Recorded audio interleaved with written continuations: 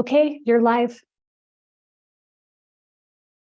Okay, welcome everyone and good afternoon. This is the inaugural meeting for the subcommittee on federal rescheduling, descheduling.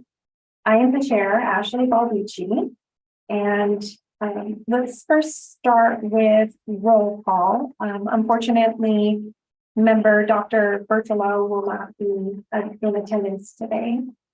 However, I'd like to go through and just make sure we have everyone else in attendance. Is member Klein on the line?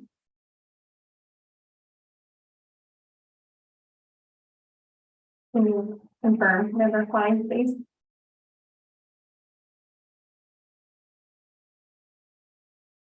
I'm sorry, were you? I'm sorry, I apologize. I'm having a hard time hearing you. There's a little bit of an echo on my end. Yes, I'm here. I apologize. Andrew Klein. Thank you. And member Hughes, can you please confirm your attendance? I am here. And member Britton.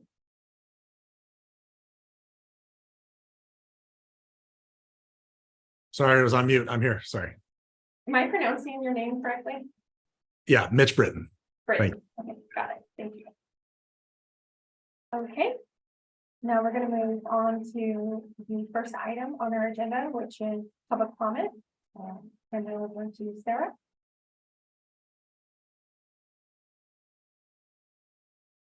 Thank you. To provide public comment, you may click the link on the agenda posted on ccb.nv.gov. Click the public meetings tab and then select commission meetings, or you may call in at 669-444-9171. Enter webinar ID 870-0927-5991, followed by passcode 321983. If you wish to provide public comment, click the raise hand icon at the bottom of your screen if you're joining via Zoom. If calling in by phone, dial *9 to raise your hand. Okay. And then the first public comment is Katrie Saunders. Go ahead.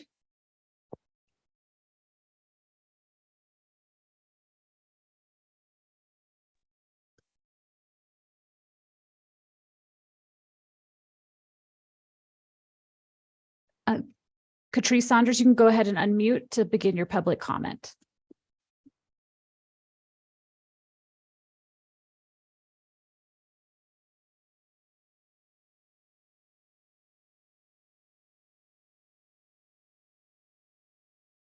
Okay, we'll come back to you. I'll go to the next person. Dan Steele, you may begin your public comment. Good afternoon. For the record, my name is Dan Steele, S-T-E-E-L-E. A1 Labs is my analytical laboratory. I'm a clinical scientist. When I graduated from UNR, I was working in the School of Medicine studying cancer gene expression. I have a few points why cannabis can be removed from all categories. Our country can design target medications from raw cannabis, which would fall near level 3 classifications. Based on abuse potential, I argue the majority of recreational use and abuse is self-prescribed medicating for ADHD, anxiety, sleep aid, stress, and more. Raw cannabis flower is non-lethal, non-synthetic, and has much less dependence than Schedule III drugs. That is all. Thank you.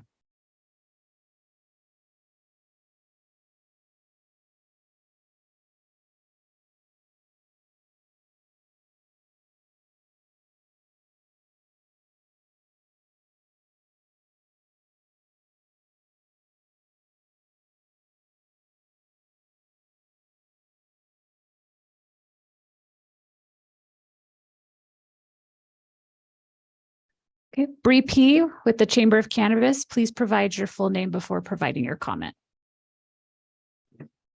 For the record, my name is Brianna Padilla, and I am speaking to you today as the Executive Director of the Chamber of Cannabis.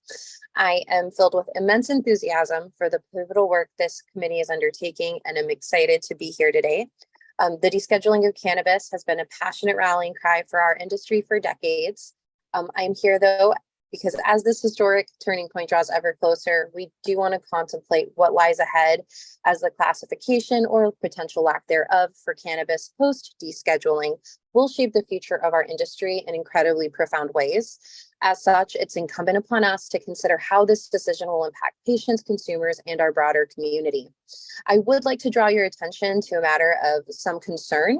The recent federal recommendation by HHS to reschedule cannabis to a Schedule III drug. While this recommendation is a step in the right direction, it raises significant questions and potential challenges. The viability of our current state models, carefully crafted by bodies such as these to regulate and ensure the safety of and access to cannabis, hangs in the balance. We cannot ignore the potential negative consequences this may bring, including restricted access for patients and consumers alike. Today, I stand here not to oppose progress, but to emphasize the importance of thoughtful consideration and collaboration in navigating this new territory. We appreciate the opportunity to engage with the committee, to express our concerns, and to work together to find solutions that will usher in a future beyond the scheduling of cannabis. In closing, I want to extend our heartfelt gratitude to the CAC for their dedication to this cause. Together, we can shape a future where cannabis can thrive and benefit not just our industry, but the well-being of those who rely on its medicinal properties and the responsible enjoyment of adult consumers. Thank you for your time and commitment to this crucial endeavor.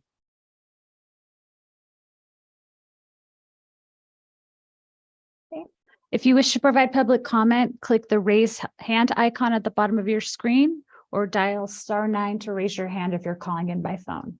Okay, we have Hadina Felice, go ahead.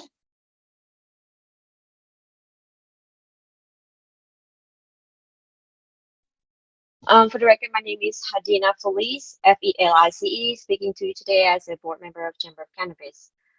Stating my opinion of the recent announcement of the HHS, echoing my colleague Bri Padilla comment on it, and a change in scheduling is in line with Safe Banking Act, and stating the obvious that this could make it easier for cannabis companies to access banking service to get small bank loans.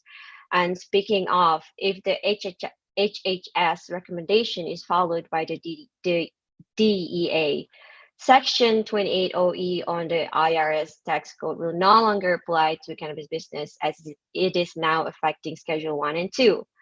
And as we all know, Section 28OE is hurting cannabis businesses, and many are being taxed nearly double the amount of what they make. And also many types of cannabis business expenses under scrutiny, such as employee salaries, marketing and advertising costs, utility costs, and health insurance offered to employees, all because of 28OE. And lastly, I would like to say rescheduling cannabis could always potentially result in fewer individuals facing criminal charges for nonviolent cannabis related offenses. And this could have a significant impact on reducing the burden of criminal justice system that we are currently experiencing. I'm thanking the subcommittees on your effort to better our industry. Thank you. Okay.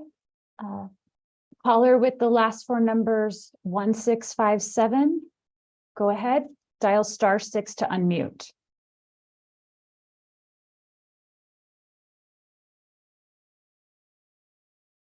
Hi, for the record, my name is Abad Pisa. I would like to say that the cannabis should be removed from all scheduling, even though the HHS is stating Schedule 3. I would like to see it removed from all government scheduling. This is something that we put into the state of Nevada in our Constitution, so that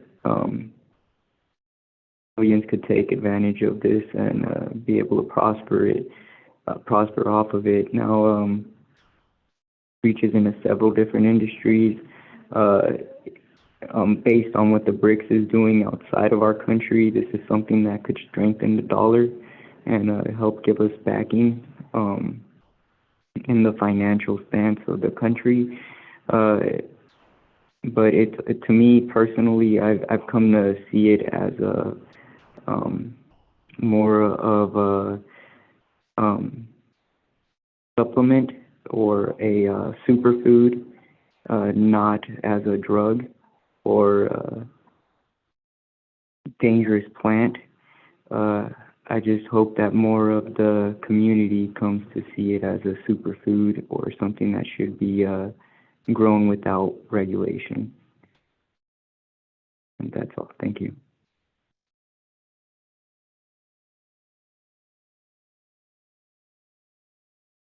Patrice Saunders, go ahead.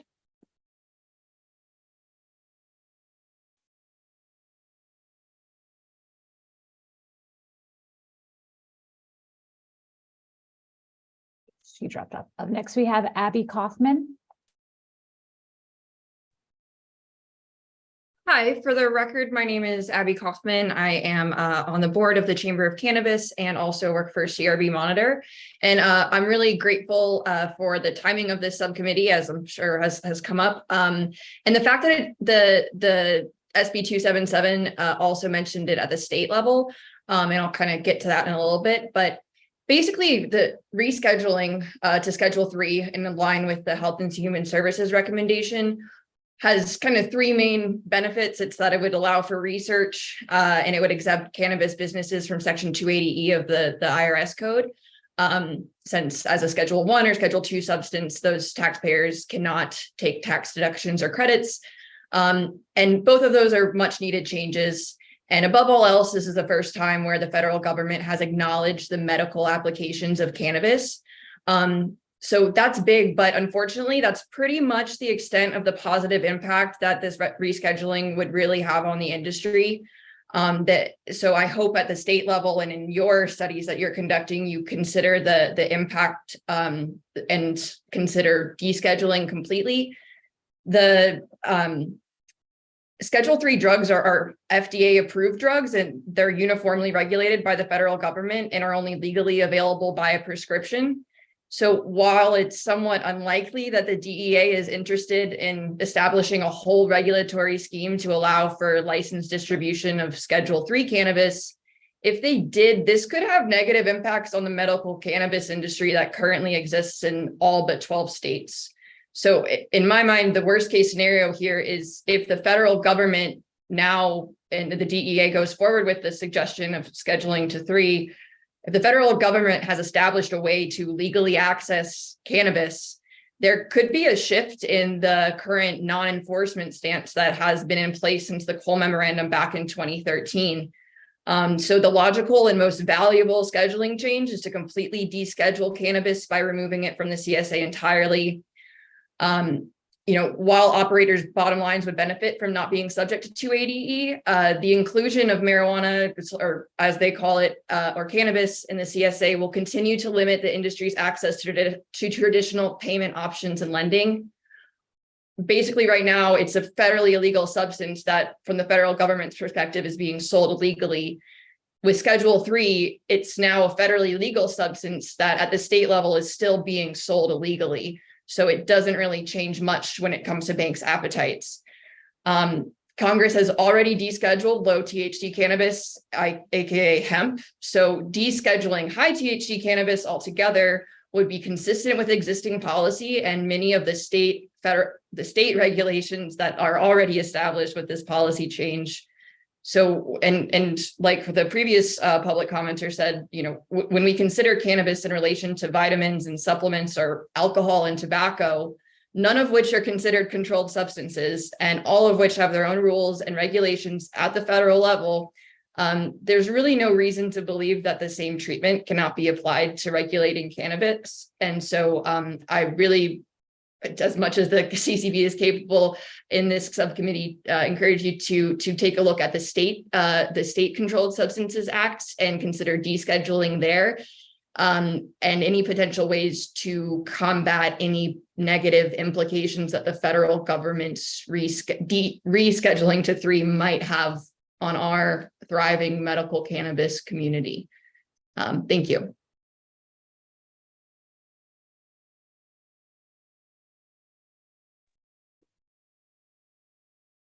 Great. Jay Renninger, go ahead.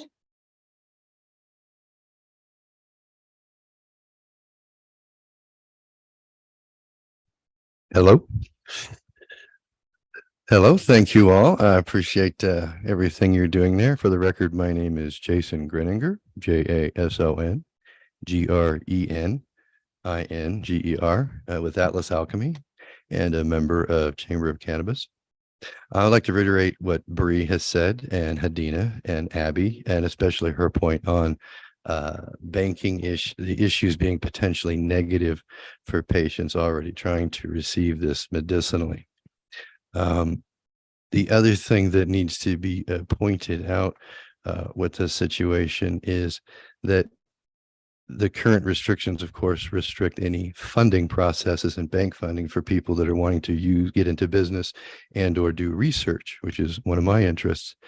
SBA is denied because it is attached to the federal process. So all of the traditional processes for getting your business started are limited, and especially research. And in fact, most research grant processes usually insist on match funding. And when that's denied to you, it is a bit restrictive in trying to manage research. And that was specifically denied through the SBA. I can't even use them for mentorship to help move business along because of the school ruling. Now, I also like to reiterate that descheduling completely would be the better answer. And not only that, according to the lawsuit and the actual outcome of that lawsuit, I know it's under appeal, but it's for it to be descheduled for the state constitutionally in Nevada already. This decision has already been made by our judges, and it just happens to be on appeal by the pharmacy board, which I know they're obligated to do because of their federal restrictions, which seems to be being addressed at the moment. So apparently that appeal may drop, we may win that appeal, in which case we're already descheduled in this state and need to work at it from that point of view. There is another option that's being, I don't know what the depth of penetration is, but there's this potential Schedule 6 option that doesn't exist yet, which would allow the states to manage as they're doing, but yet still put it within a form of regulation. And that may be something that we want to look into in this process, because Nevada has already deemed it unconstitutional to schedule it at all. And that decision has already been made by our judges. So, and then I just want to thank everyone for what you're doing, and happy to see things move forward with this. And once again, concerned about Schedule 3 being a problem, working against what's already established in helping many people, including your own family members, manage their symptoms with cannabis. Thank you. Caller with the last four numbers 6433. Please state your name before giving your comment.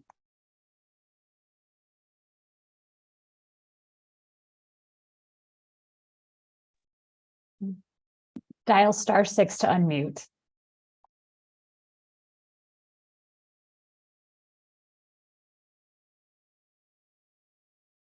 Hello, my name is Timothy Roberts. I'm sorry, for the record, my name is Timothy Roberts with Green Man Productions. My interest today has to do with descheduling for insurance and medical purposes. I have a son who has had a traumatic brain injury, and he has autism, and 57 fractures to his skull, very traumatic brain injury, had a fall on his skull, and I grow the cultivars that keep him from having the seizures that can kill him. And the insurance doesn't cover his meds. I've spent half my income for the last 3 years keeping up his meds. I've had to teach myself how to cultivate and pretty much give up my whole entire future in my life just to keep my son alive since this accident. A descheduling would enable, as was just pointed out by the Chamber of Cannabis, deeper research and a wider range of options for my son, because the options that the federal government's Medicare will cover right now all are against his health. They can kill him within 6 months or cause some sort of brain damage, and the cannabis is the one thing that he can take. It stops his seizures completely, and he doesn't have any insurance to cover it. So the descheduling of it would help and maybe open up the door that we can start talking about these, the insurance being a part of the process. Anyway, that's all I have to say today, and I want to thank the Cannabis Advisory Commission for coming together and listening to all our needs, and you all have a great day.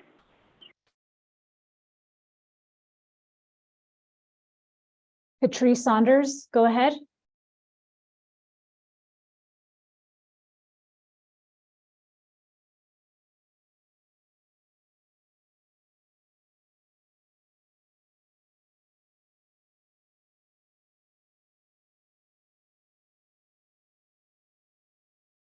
Patrice Saunders, go ahead with your public comment.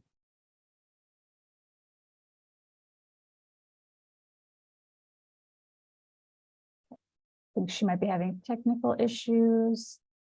Abad Pisa, go ahead.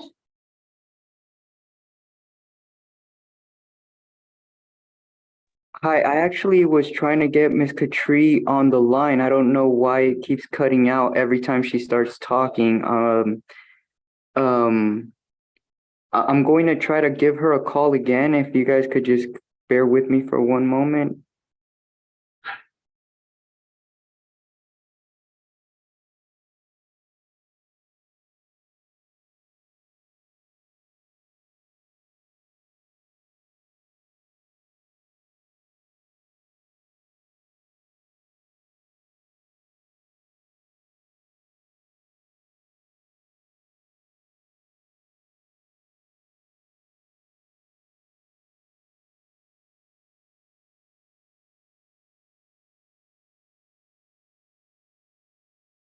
There will also be the opportunity to give public comment at the end of the meeting, if you'd like to wait until then.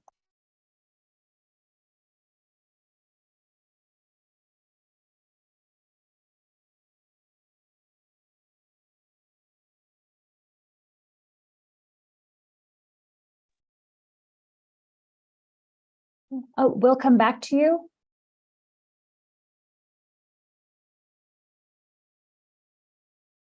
And next we have Brawley. Go ahead.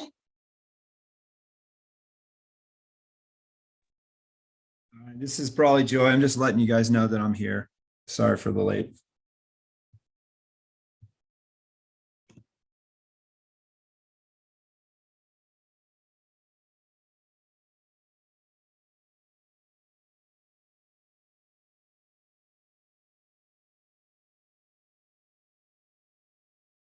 Abad Pisa, are you able to connect?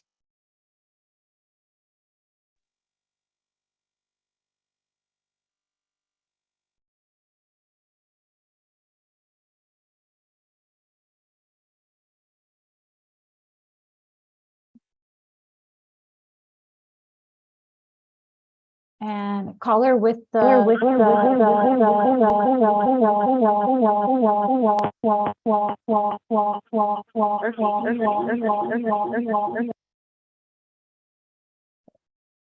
having some technical issues. I'm going to try Catrice Saunders one more time, and then we have no more public comment after that.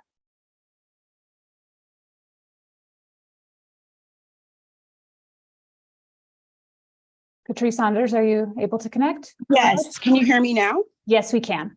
Okay, perfect. Thank you so much. Okay.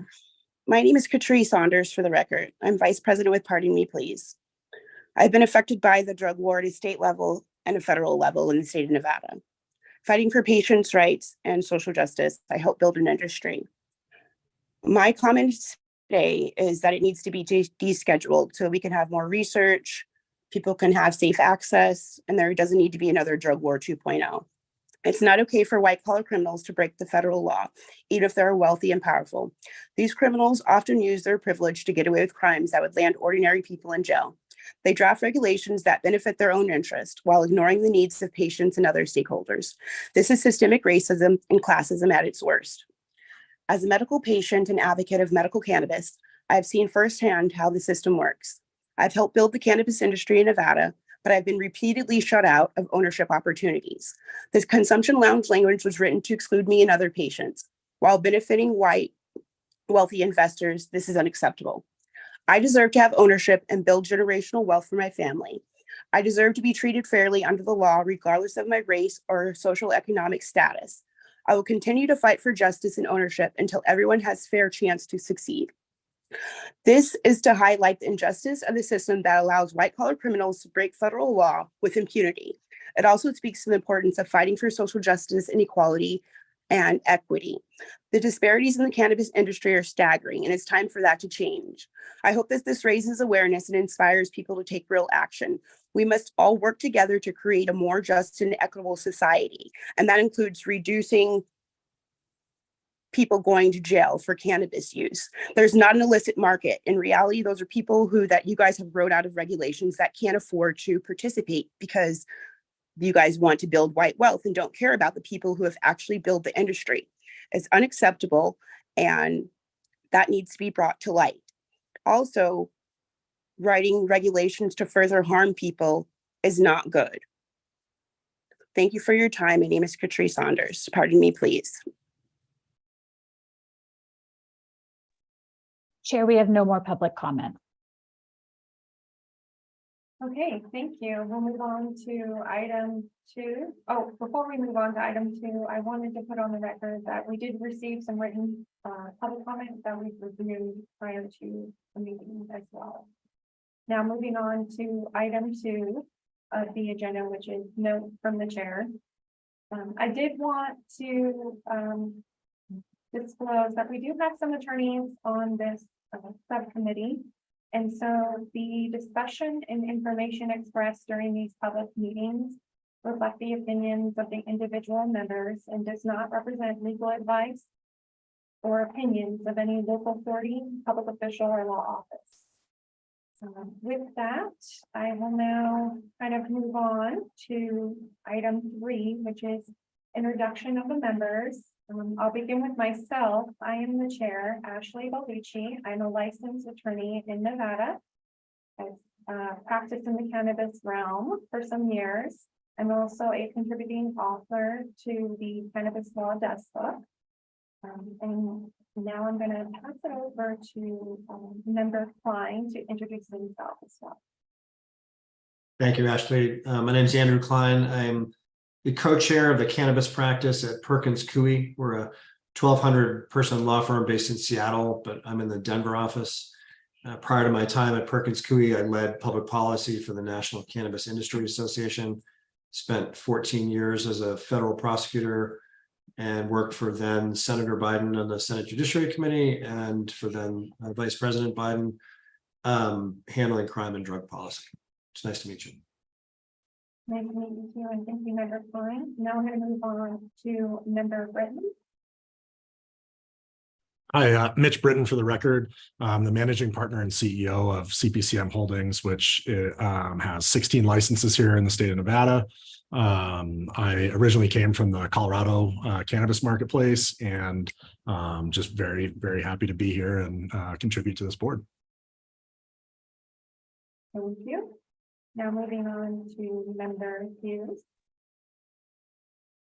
Good afternoon. I'm Shelley Hughes. I'm the Executive Director for the Department of Taxation. We oversee the wholesale cannabis tax and the retail cannabis tax. And prior to the CCB forming, we used to be the regulatory agency. Thank you, Member Hughes. Now we're going to move on to item number 4 on the agenda, which is discussion of SB 277, the whole reason we're sitting here today. I don't know if everyone's having opportunities to review it. It's really what we're looking at is section 16 of SB 277. And I wanted to open up the discussion about what the other members on the subcommittee think as far as what we're meant to study. Are we supposed to study both, whether if the state deschedulizes the state of Nevada, and then if the federal government deschedulizes? So I kind of wanted to open this up for discussion, and then we can get a little bit more specific as far as topics and research when we get into the subcategory. So does any of the committee members want to on that? I will say, I feel as though the emphasis should probably be more on the federal level, in my opinion. I think the implications probably dictate a little bit closer look on that side. I think state policy would likely follow, but that would probably be my preference.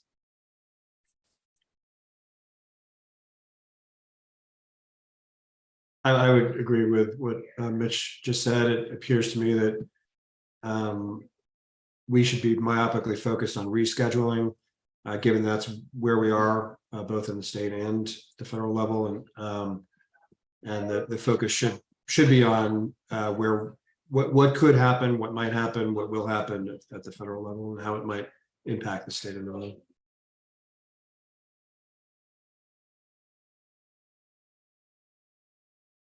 Member Hughes, do you have anything to add? I would agree with both Member Britton and Member Klein. I believe the focus would be on the federal level. Okay, now I'm going to move on to subcategory A, which is the topics to explore in scope of research. Now that we've kind of decided we're going to focus more on the federal level, did we want to open this up to, now I know it says removal from the Federal Controlled Substances Act, but we also have this recommendation from 2 days ago from HHS saying, you know, let's reschedule it to a category 3 controlled substances. So in my opinion, and again, I'm going to extend this out to the other committee members, we should probably be looking at both descheduling, because that's what the legislation calls for, but also the rescheduling due to in light of the recommendation from HHS. Yeah, I think that's right. And from a consistency standpoint, if you look at everything that's come out over the last week and a half, the kind of general theme has been that there are kind of two things that are not going to happen, right? And one is that it looks unlikely to stay Schedule 1, and then it also looks unlikely to be descheduled. So I think just following that common thread, we should really be looking at what those look like in Schedules 2, 3, and 4, because just following that train of logic, it seems like it will land somewhere in there. Do we maybe want to explore too if there's rescheduling a different category other than 3? I'm just going to put that up there. I agree with what Mitch just said. I don't think that I think it's quite unlikely that DEA is going to divert from the science and medical evaluation of the FDA, which landed us in Schedule 3. There's pretty much a physical impossibility that cannabis can be descheduled through administrative process. And so the likelihood that cannabis is going to be descheduled administratively is about 0. And the notion of descheduling through Congress is something that I think is in the very distant future. So I would encourage this group to be myopically focused on the impacts of rescheduling from Schedule 1 to Schedule 3 on the state of Nevada.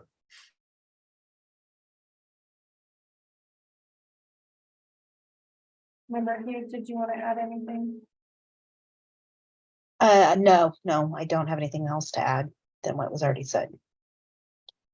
Oh, and for the record, I'm taking down everything and I'm going to create an outline of all this so we can at least start somewhere at our next meeting and we kind of have everything narrowed down to what we are studying and we can kind of work from that living document.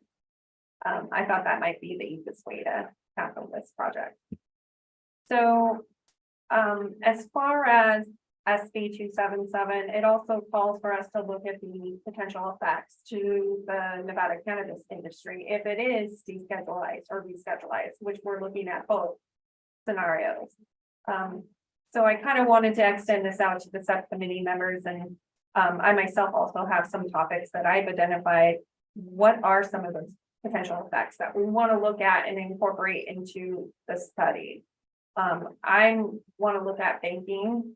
I want to look at taxing. I know there was some public comment on section 280E. I want to look at that. Which goes with taxing, obviously. And the research, the potential effect on research. But I'm going to open it up to the entire subcommittee to also share any topics that they'd like to look at as well. I think that's a good start to a list. I think that the universe starts to really expand if you're talking about descheduling, because it is not at all clear. First of all, as I mentioned a few minutes ago, I think the timeline for descheduling is quite far out. But hypothetically, if we were to deschedule, the biggest issue would be what federal agency would be regulating, what would their relationship be with state regulators, what pieces would the feds want to take, what pieces would the state end up taking. That is a huge project. And I don't think that we are ready to have that conversation because we don't have a descheduling bill.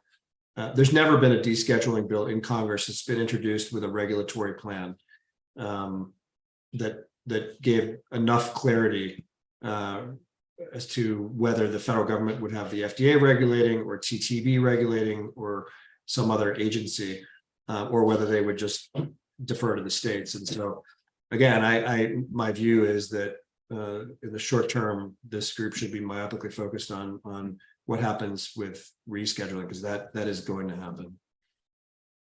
I agree, and I think I would also echo the importance of the taxation piece.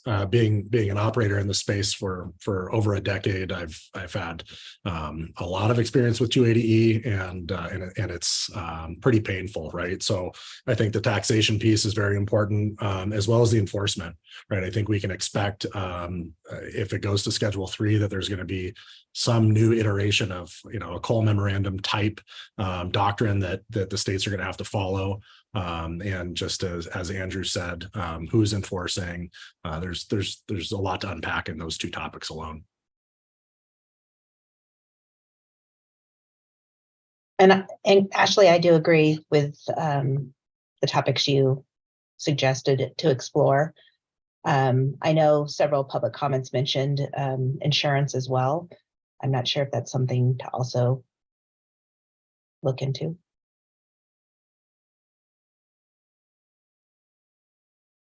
Thank you, Member Hughes. I understand we want to make rescheduling, I think, the focus of this study, but I think the legislation also calls for the removal.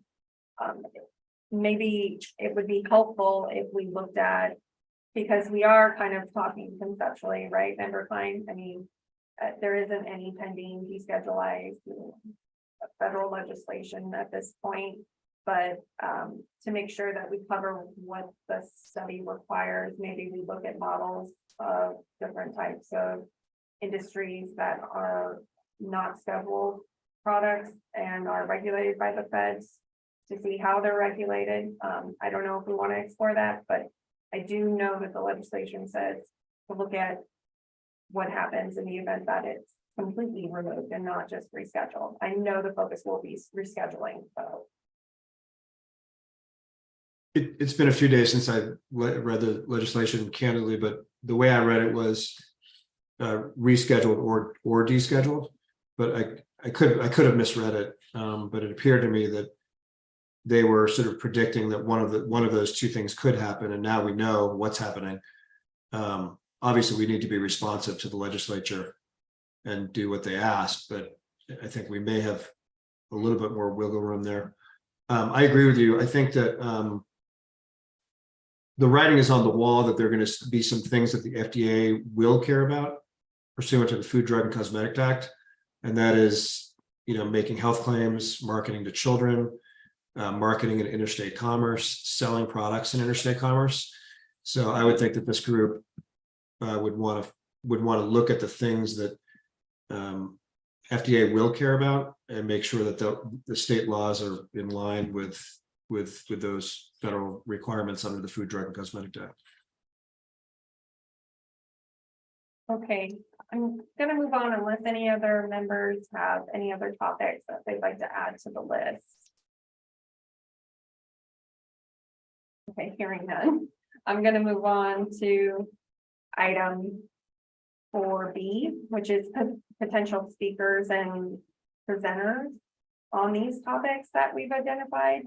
I've kind of compiled my own list, but I'm sure other committee members might have maybe other ideas. I'd really like to hear from a banking expert. I think that would be very helpful. Maybe not a banking attorney, but maybe banking expert, someone who works in the banking industry. I'd like to hear from someone with the FDA, the Federal Food and Drug Administration. I don't know if we will hear from someone from that or maybe an expert on that.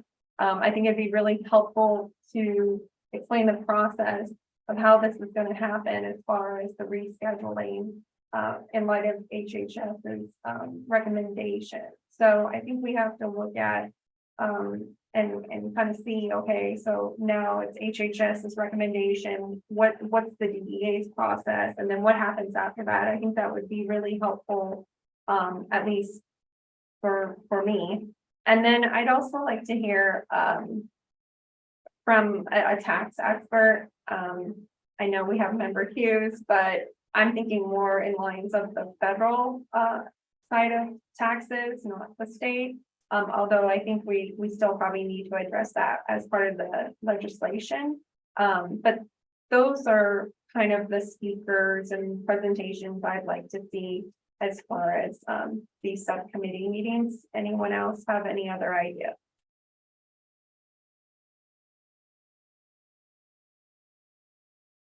I think those are great. And I do know from an FDA perspective, Howard Sklamberg seems to be kind of at the forefront of this. He worked in the FDA and is now a private attorney in Washington. He would probably be a really good person that we could probably pull in on that. That's interesting. You just raised that. I was listening to a podcast prior to this meeting, and he was one of the interviewees. So thank you for that. Yeah.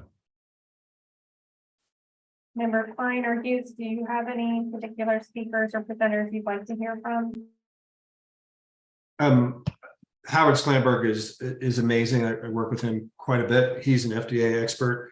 Shane Pennington is another lawyer that I work with quite a bit. He is a Controlled Substances Act expert.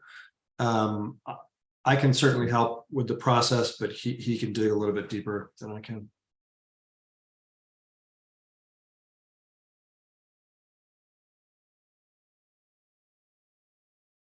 And I have nothing to add. I like the suggestions you've mentioned. One other person that might be interesting to hear from is Jillian, the executive director of CANRA.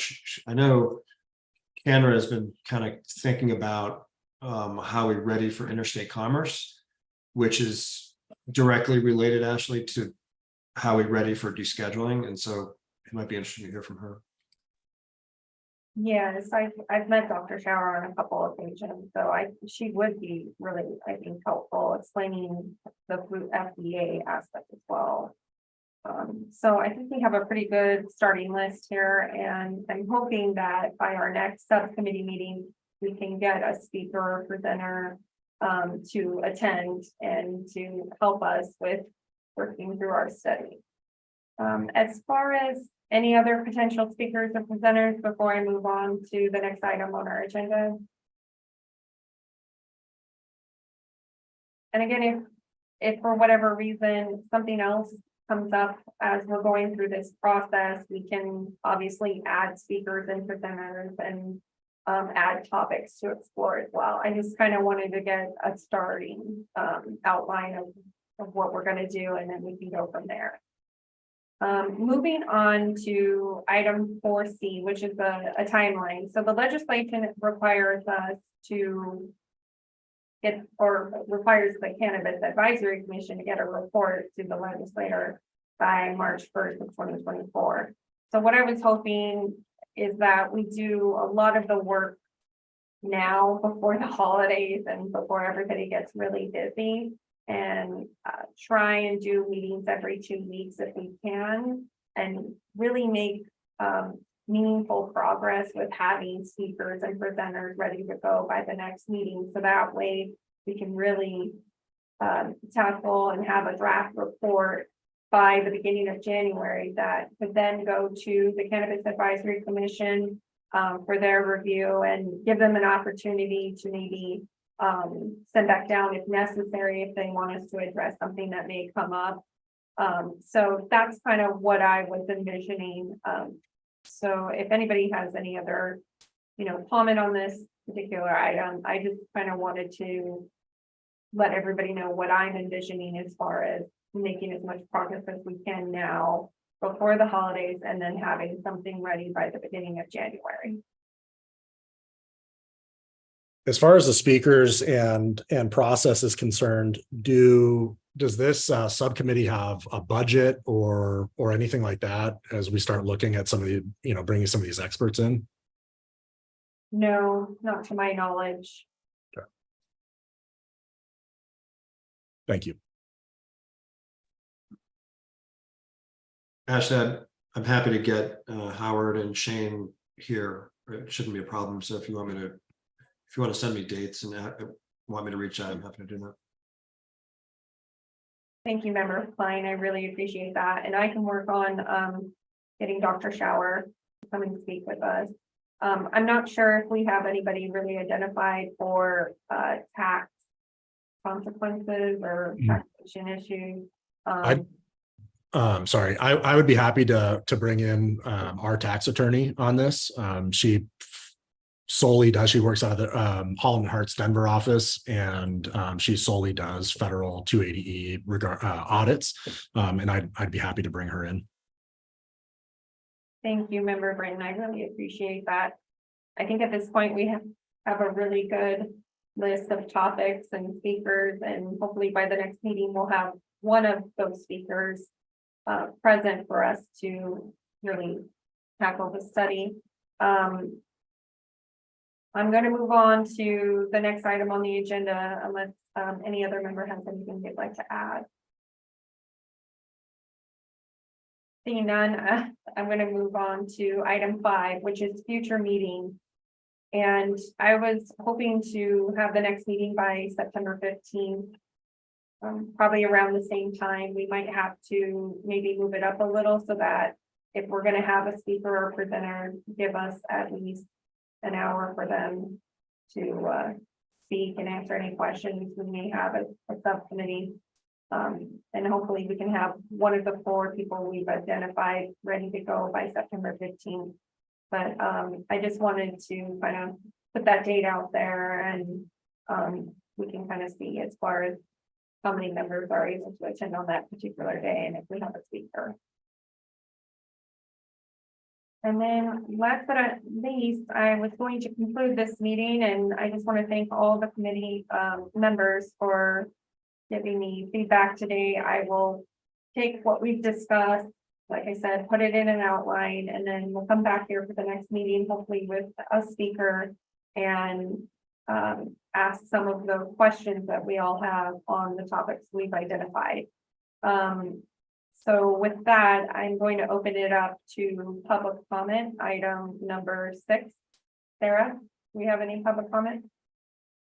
If you wish to provide public comment, click the raise hand icon at the bottom of your screen if joining via Zoom. If calling in by phone, dial *9 to raise your hand.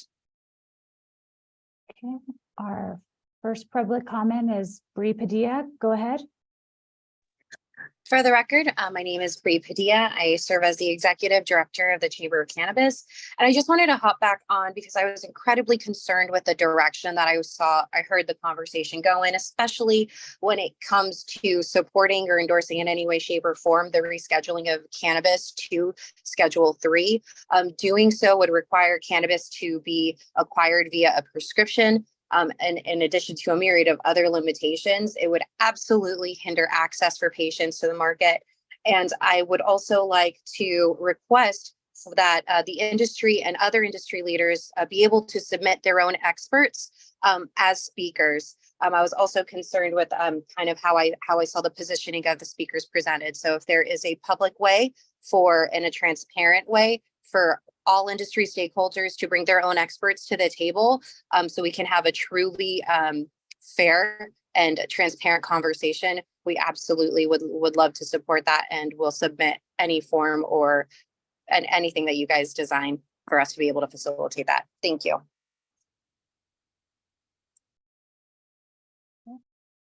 Patrice Saunders, go ahead. Hi, this is Patrice Saunders from Record. I just want to state first and foremost that this association of people needing to be free from prison. I also do advocacy for Black Prisoner Project, Americans for Safe Access, and I still have a friend, Edwin Rubis and Tucker Coleman, that are still incarcerated for nonviolent cannabis crimes. I think that needs to be brought up first and foremost before people are concerned about making money. The harm that needs to be repaired to the people that have laid the groundwork for this industry and keep on getting left out is parenting. I don't really think you guys realize what it's like to be incarcerated and take away from your family, have your livelihood affected, then have to try to rebuild that with a federal cannabis felony conviction on your record. That affects people's housing, their jobs, and with all the things are taken into consideration. I just want to also reiterate that there also needs to be outside comment, not just people that you are deemed worthy of speaking on this topic. There are experts like myself who have been in the medical cannabis industry and advocate for many years that provide excellent expertise and concrete advice on the things that we really address. We've been affected by the war on drugs. Also, there needs to be scheduling so that we can have safe access, so that there doesn't have to be a setback. And we've already made this progress moving forward. I think that needs to be also recommended.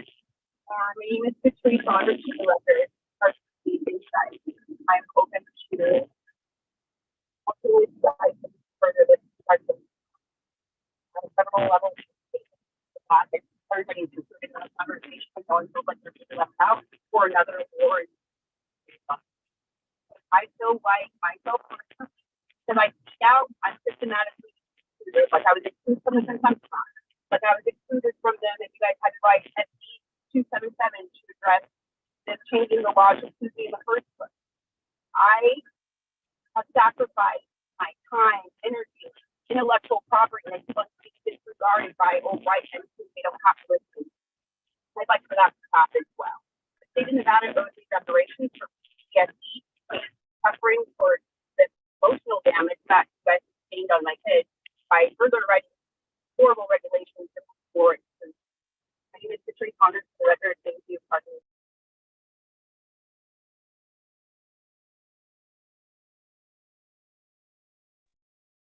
Caller with the last four digits 2119, please state your name. Before giving your comment, dial *6 to unmute. Timothy Eliotto for the record, speaking. Excuse me. I would like to reiterate the importance of decriminalizing or descheduling cannabis in general, but I also like to highlight the point that it is very important that we also do recognize that it has been it is written into our Constitution, and then we do have very important institutions within our state that does support basically the medical tourism aspects of cannabis, and this should be prioritized in our discussion as well. And I also wanted to state that some of the issues that medical patients do have that basically affect medical patients with it still being a Schedule 1 is it limits and restricts medical patients the access to resources, very important resources such as Social Security benefits and previously stated medical benefits as well. So I just wanted to basically state that for the record, and thanks for your time.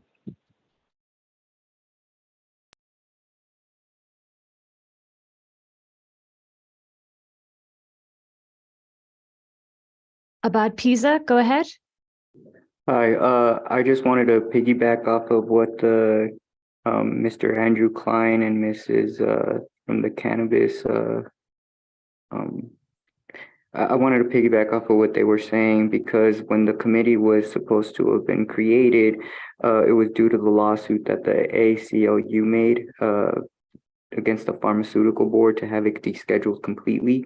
It wasn't to be in case of what if the federal government does a Schedule 3. No, that wasn't the reason why this subcommittee was even created to begin with. It was to be removed altogether because, again, constitutionally, that's what we had been fighting for this entire time, for us to, for example, myself, when I signed on that document, it was to ensure that no one would go to jail, that no one would be prosecuted, that no one would continue to suffer harm due to this plan. And again, something that I said before at a different meeting, all I've seen is destruction on part of the government, even though they're saying that they're doing this for patients and all of this other stuff. Most of my friends were patients, medical card holding patients who were raided due to just government targeting them or assessing them as a criminal aspect, when in reality, again, anyone who uses cannabis is a patient. It doesn't matter if you got a certificate for it or not, because again, in my eyes, I've been seeing this as more of a supplement than anything else. And I'm just seeing government harm coming from what's being created, because this isn't something that this is something that you guys are doing.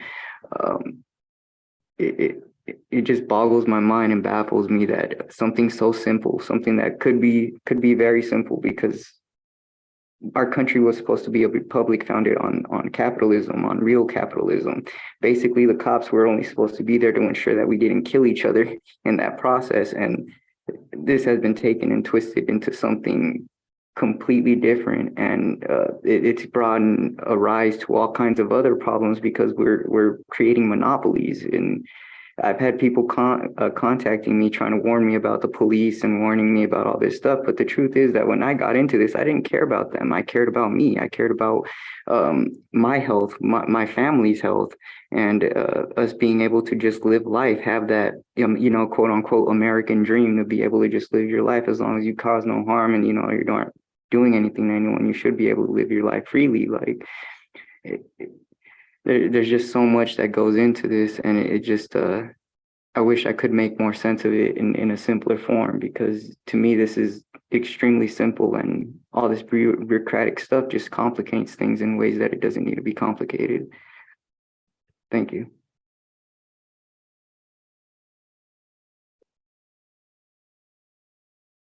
Abby Kaufman, go ahead. Hi, for the record, Abby Kaufman again, with the Chamber of Cannabis and CRB Monitor.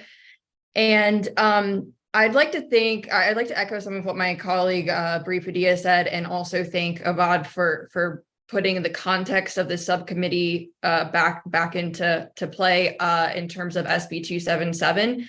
The legislation, it's on page 36 of the 38-page, bill, where it says that, it's conduct a study concerning the potential effects on the cannabis industry in the state of cannabis were to be removed from the list of controlled substances included in Schedule 1 pursuant to Uniform Controlled Substances Act or the Federal Controlled Substances Act. So the matter of looking at it from a federal or state level, that's not an or, it's an and the, descheduling versus rescheduling, the language of the legislation that formed the subcommittee is descheduling and removal. I understand that with the recent developments at the federal level from this week, that the descheduling or the rescheduling is very real and being felt. But given the fact that the statute does emphasize a focus at the state level, I think that any focus or any of the resources of this committee spent on looking at rescheduling should be, I would hope that they would be focused more on preparing the industry for what that would mean for their operations. There was comments about banking and interstate commerce.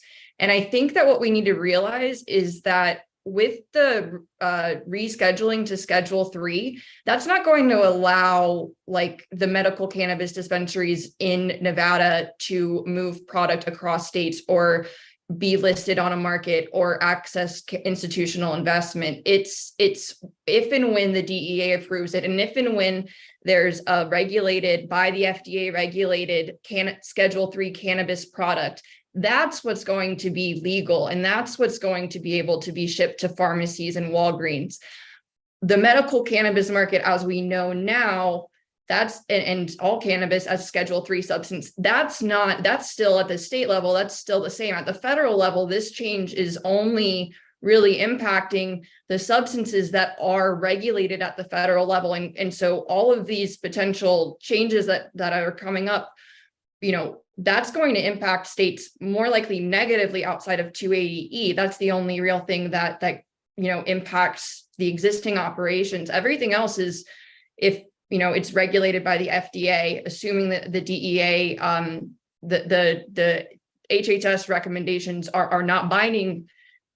The medical and scientific analysis is binding to the DEA, but the actual scheduling recommendation is not. So again, I guess to go back, the purpose of this subcommittee is to look into the impact on the state if it were to be removed. And if there is any discussion of the impacts of rescheduling, I hope that it is from the lens of how we can prepare and what we can do at a state level to protect our existing operators in the state and not the federal, FDA operators. So in terms of the public speakers and comments, there are several experts. I think that I agree with Bree that there should probably be some public input on these and ideally ones that do not have relationships to or work for members of the subcommittee. I don't know the details of that, but I think that the banking, there's a big misconception there, and interstate commerce, Visa and MasterCard aren't going to allow you to buy cannabis from medical just because it's Schedule 3. It's nothing really changes at the federal for cannabis as we know it today. So thank you for your time. Apologies for rambling. Was not prepared to make the second comment, but thank you. Jay Greninger, go ahead. Hello, it's Jason Greninger for the record. Can you hear me? Hello? Yes, we can hear you. Thank you. I wanted to reiterate what Bree and Abby said, specifically pointing out how that might change patient access with people who are already using this substantially to manage their symptoms. And also to reiterate that you do need professionals in the industry, around this industry, that are actually working with patients in this situation in the trenches to actually give you advice on this. Not taking advice on this would be catastrophic to all of us. Okay. And one of the things that needs to be added to that discussion is the science. Your body makes 150 endogenous cannabinoids. Okay, the plant makes up to 144 phytocannabinoids that are exact matches, keys that fit those 37 different types of receptors in your cells. There is a very huge link to this plant to us and our health. Okay, no other plant makes actual keys that manage our body equilibriums, and that's what these. They're actually retroactive neurotransmitters, which means that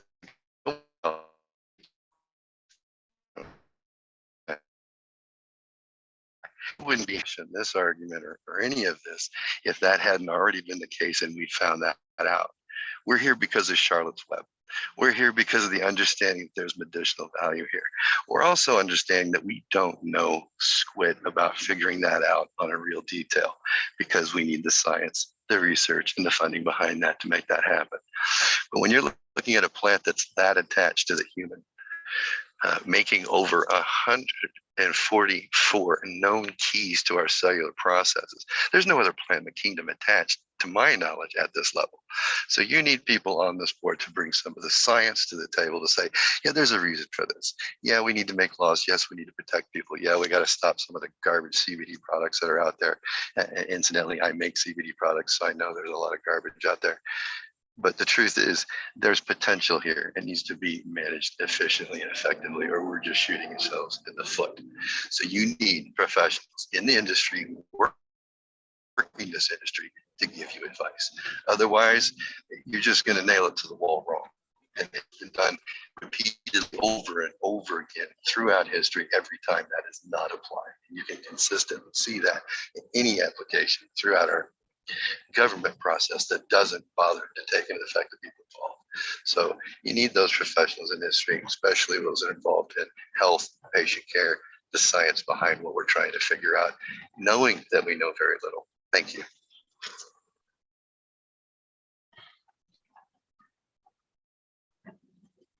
Caller with the last four numbers 6433, go ahead. Hello, for the record, my name is Timothy Roberts with Green Man Productions.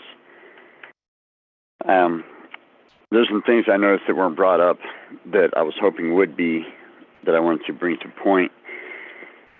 I come from a unique standpoint. I'm a felon who's allowed to cultivate cannabis in Nevada with a medical marijuana cultivator's card. And I'd like to know, how will this affect cultivators in Nevada if it goes federally legal? You know, federal legalization will bring poorer quality corporate cannabis that will not help my son. This has been seen all throughout the industry as the larger corporations take over and push out small growers in the Emerald Triangle where this all originated. And also, if we can write into our legislature somehow here in Nevada the grandfathering for medical card growers so that we don't get written out in some way for the, when the feds take over, and how it affect my felon status in the industry, because I'm trying to set a path since SB 277 has passed for me to become a cultivator legally in the state of Nevada, working for, you know, a good corporation that does this. I'm hoping to get this path set and into the industry before the feds start setting their policy, because I don't want to get written out of their law. If we can say, hey, look, Nevada already had people growing, we already had this going on. And like I said, we've seen the quality of cannabis that's coming out of the larger the corporations are. It's just not the quality that I grow right here for my son. Not saying we don't here in Nevada. We have some excellent growers right here in Nevada. Anyway, I wanted to point those things out. How will this affect the already cultivating card holders in Nevada, and how will it affect felon status in the industry? And can you please maybe at the next meeting talk about setting this path to get us felons working in the industry? Thank you for your time. Once again, my name is Timothy Roberts with Green Man Productions. Hadina Felice, go ahead. Good afternoon. It's Hadina Felice again with the Board of Chamber of Cannabis. I would like to state the fact that if nicotine and alcohol are not scheduled, then cannabis.